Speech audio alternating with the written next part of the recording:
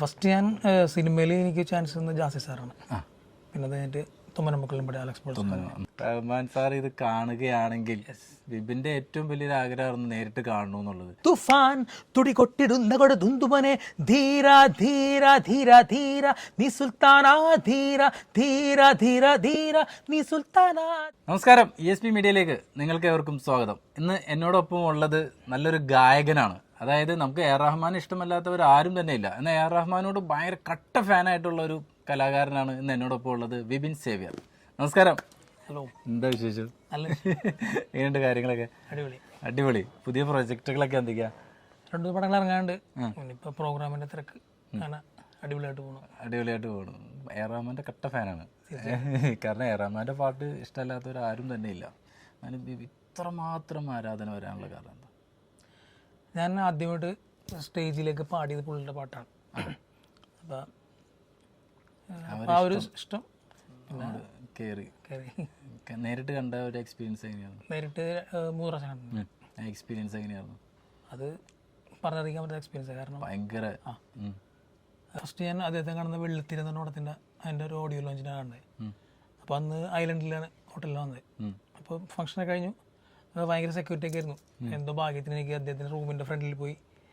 അപ്പോൾ ഞാൻ കുറേ സിംഗേഴ്സ് ഉണ്ട് അവിടെ പുള്ളിനെ കാണാനായിട്ട്. അപ്പോൾ ഞാൻ അവിടെ മാറുന്നു. ഇപ്പോൾ പുള്ളിയുടെ മാനേജർ നോയൽ ജെയിംസ് എന്ന് പറഞ്ഞ പുള്ളി വന്നു. അപ്പോൾ ഞാൻ ഇങ്ങനെ പറഞ്ഞു, സാർ ഇങ്ങനെ റഹ്മാൻ സാറിൻ്റെ ഭയങ്കര ഫാനാണ്, ഒന്ന് കാണണമെന്ന് പറഞ്ഞു. പുള്ളി പറഞ്ഞു, തമ്പി പാക്കട്ടും നോക്കട്ടെ, സാറിപ്പോൾ പള്ളിയിൽ പോകുമെന്ന് പറഞ്ഞു. എന്തോ ഭാഗ്യത്തിന് കുറച്ചു നേരം പുള്ളിയെ അകത്തുകൂടെ എന്നെ മാത്രം വിളിച്ചു. അത് ഭയങ്കര അവിടെ ചെന്നപ്പോൾ പുള്ളി എന്തോ കഴിച്ച നട്ട്സ് എന്തോ എനിക്ക് 2 എടുത്തത്. ഞാൻ പറഞ്ഞു ഇങ്ങനെ സാറിൻ്റെ കാലൊക്കെ പുള്ളി സാറിന് ഭയങ്കര ഫാനാണ്. അപ്പോൾ പുള്ളിനോട് ചോദിച്ച് ആറ് കീബോർഡ്സ്. ഞാൻ പറഞ്ഞു സിംഗറാണെന്ന് പറഞ്ഞു. Okay okay okay okay God bless you എന്ന് പറഞ്ഞിട്ട് അത് ഭയങ്കര സംഭവം. അപ്പോഴേക്കും ഞാൻ കരഞ്ഞു, എൻ്റെ കണ്ണീന്നൊക്കെ. അപ്പോൾ അവിടെ ഇവന്റ് കോർഡിനേറ്റേഴ്സ് ഒക്കെ ഉണ്ട്. അപ്പോൾ അവർ പറഞ്ഞു സാറിൻ്റെ ഭയങ്കര ഫാനാണ്, സാറിൻ്റെ പാട്ടുള്ള കൂടുതലോ. ഓക്കെ ഓക്കെ ഗോഡ് ബ്ലസ് എന്ന് പിന്നെ പറഞ്ഞു. പിന്നെ അദ്ദേഹത്തെ കാണുന്നത് ഫ്ലവേഴ്സിൻ്റെ ഷോയ്ക്ക് വന്ന് പിന്നെ അങ്ങോട്ട് നമുക്ക് അടുക്കാൻ പറ്റില്ല, കുറേ സെക്യൂരിറ്റി ഒക്കെ ഉണ്ടായിരുന്നു. പിന്നെ ഇപ്പോൾ ആടുജീവിതത്തിൻ്റെ ലോഞ്ചിന് വന്നപ്പോൾ ഞാൻ അദ്ദേഹത്തിൻ്റെ അടുത്ത് പോയിട്ട് അന്നേരത്തെ ഫോട്ടോ കാണിച്ചു കൊടുത്തു ഞാൻ. പുള്ളിയുടെ മുഖവും ഭയങ്കര വ്യത്യാസം. അപ്പോൾ ഭയങ്കര ഹാപ്പി പുള്ളി. പിന്നെ എനിക്ക് തോന്നുന്നത് വാസ്കോ ഡ ഗാമ ചോട്ടാ മുംബൈയിൽ അതാണ് ഏറ്റവും കൂടുതൽ ഫേമസ് ആയിട്ട് പിന്നെ അറിയണേന്ന് തോന്നുന്നു. നമുക്ക് ആ പാട്ടൊന്ന് പാടിയിട്ട് അങ്ങോട്ട് തുടങ്ങാം. ഓക്കെ. ഫസ്റ്റ് ഞാൻ സിനിമയിൽ എനിക്ക് ചാൻസ് തന്നത് ജാസി സാറാണ്. പിന്നെ അത് കഴിഞ്ഞിട്ട് തുമ്മനമക്കളും ഇവിടെ അലക്സ് പോൾ. പക്ഷെ എനിക്കൊരു കിട്ടിയത് ചോട്ടാ മുംബൈയിൽ നമ്മുടെ സ്വന്തം ലാലേട്ടൻ്റെ മൂവി, രാഹുൽ രാജ് ചേട്ടൻ്റെ മ്യൂസിക്, അൻവർ ഗഡ ഡയറക്ഷൻ.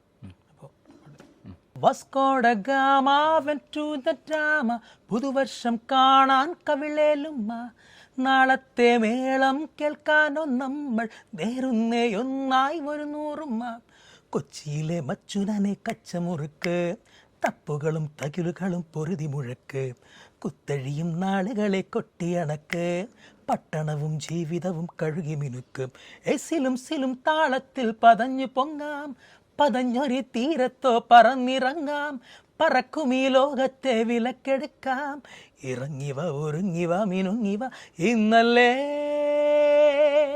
മേള. Vasco da Gama went to the drama, പുതുവർഷം കാണാൻ കവിളേലുമ്മ, നാളത്തെ മേളം കേൾക്കാനോ നമ്മൾ തേരുന്നേ ഒന്നായി വരുന്നോറുമ്മ. ഹോ അടിപൊളി. സ്റ്റേജിൽ പാടുമ്പോൾ നമ്മൾ കുറച്ച് ഇത്തിരി കൂടി ഇതായിട്ട് നമുക്ക് പാടാൻ പറ്റും. ഇപ്പൊ നമ്മുടെ പരിമിതികൾ ഒരുപാടുണ്ടല്ലോ.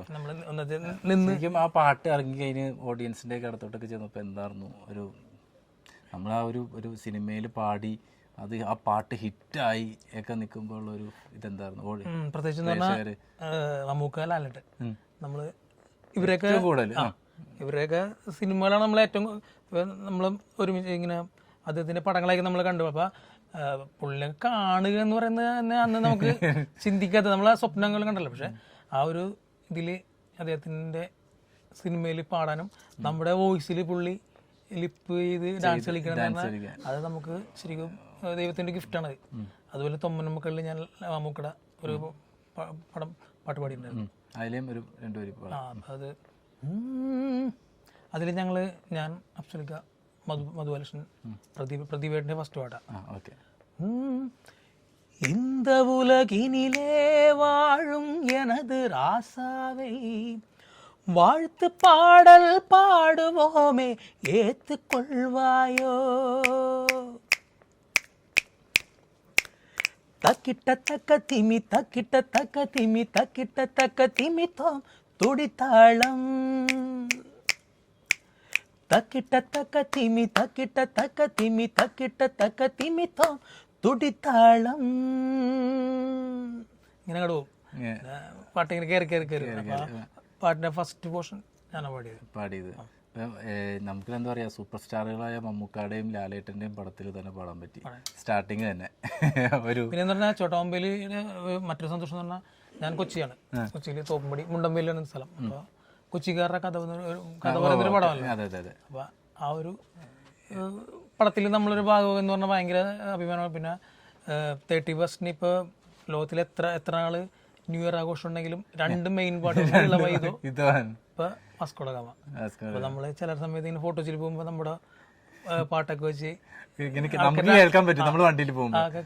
നമ്മുടെ പാട്ടൊക്കെ വെച്ച് ഡാൻസ് കളിക്കും. അപ്പൊ ചില ആൾക്കാരാണ് നിന്റെ പാട്ട് വെച്ചാൽ ഞങ്ങൾ ഡാൻസ് കളിക്കുന്നില്ല. അപ്പൊ അതൊക്കെ ഭയങ്കര സന്തോഷമുള്ള ഒരു കാര്യമാണ്.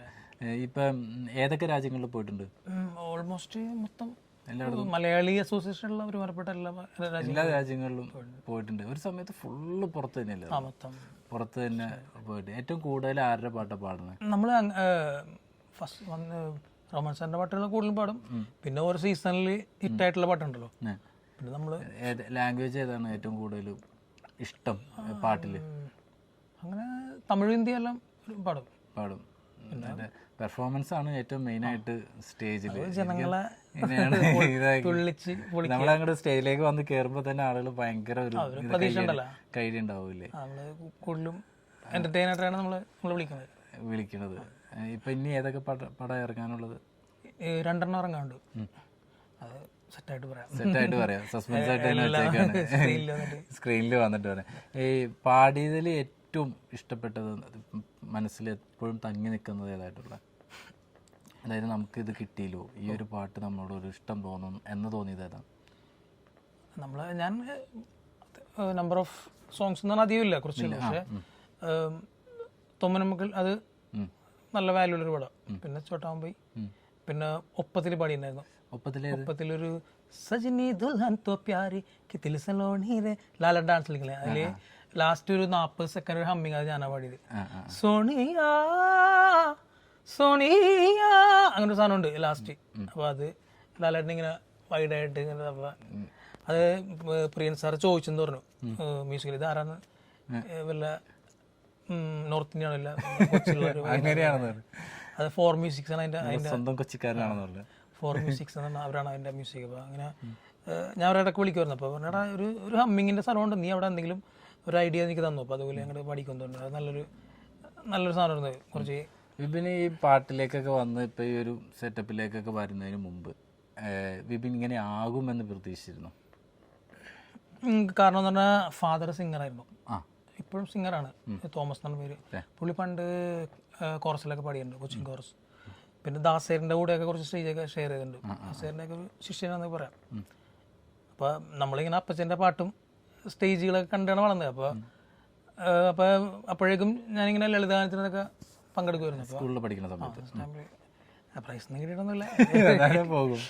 അപ്പോഴേക്കും ഇങ്ങനെ പറയും പിന്നെ ഒരു പാട്ടുകാരനാകും എന്നിങ്ങനെ. പിന്നെ നമ്മള് അതിലേക്കായി. പാട്ട് പഠിക്കാൻ പോയിട്ടുണ്ടോ? ഞാൻ ക്ലാസിക്കലെ കുറച്ച് പഠിച്ചിട്ടുണ്ടായിരുന്നു, പിന്നെ ഇടക്ക് ഹിന്ദുസ്ഥാനി പഠിച്ചിട്ടുണ്ടായിരുന്നു. അങ്ങനെ ഇനി നമ്മുടെ പ്രേക്ഷകർക്ക് വേണ്ടിയിട്ട് ഒരു അടിപൊളി പാട്ട്.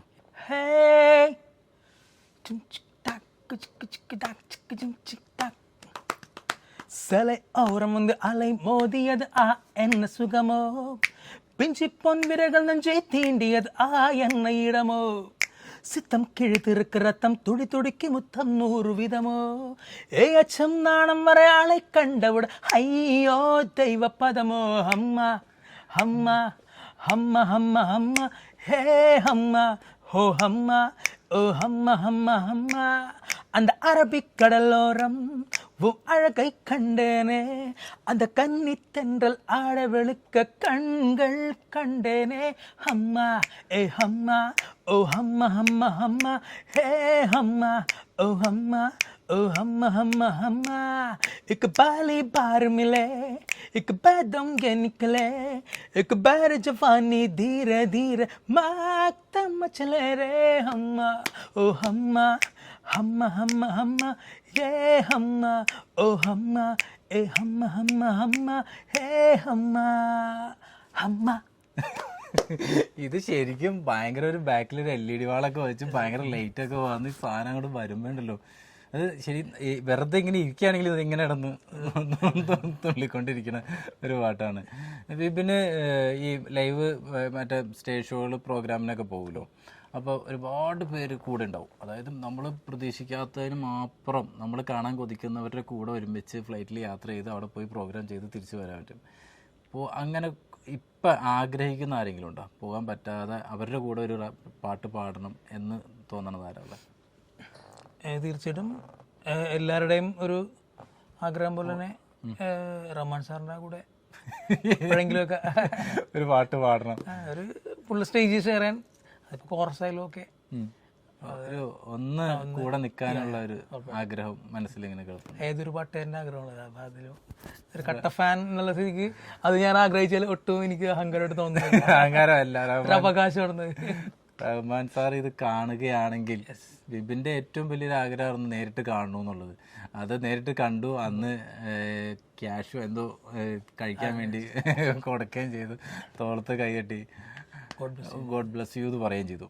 അപ്പം എന്തായാലും ആ ഒരു ഭാഗ്യവും കൂടി നടക്കും. ബദൽ പേ സിതാരെ बैठे हुए ओ जाने तमन्ना किधर जा रहे हो सरा पास आओ तुझे ना जाए. അപ്പം അത് വിപിന് കിട്ടി. വിപിൻ്റെ ഉള്ളിൽ നിന്നും വിപിൻ്റെ മക്കളിലേക്ക് എത്തിയിരിക്കുകയാണ്. അപ്പം ഈ പരമ്പര ഇങ്ങനെ മുന്നോട്ട് എന്തായാലും പോകും. അങ്ങനെ കിട്ടിയില്ല. ആദ്യം ഞാൻ നിങ്ങളേക്ക് വിളിക്കും. തുഫാൻ തുടി കൊട്ടിടുന്ന കൊടുതുമ്പനെ ധീര ധീര ധീര ധീര നീ സുൽത്താനാ ധീര ധീര ധീര ധീര നീ സുൽത്താനാ.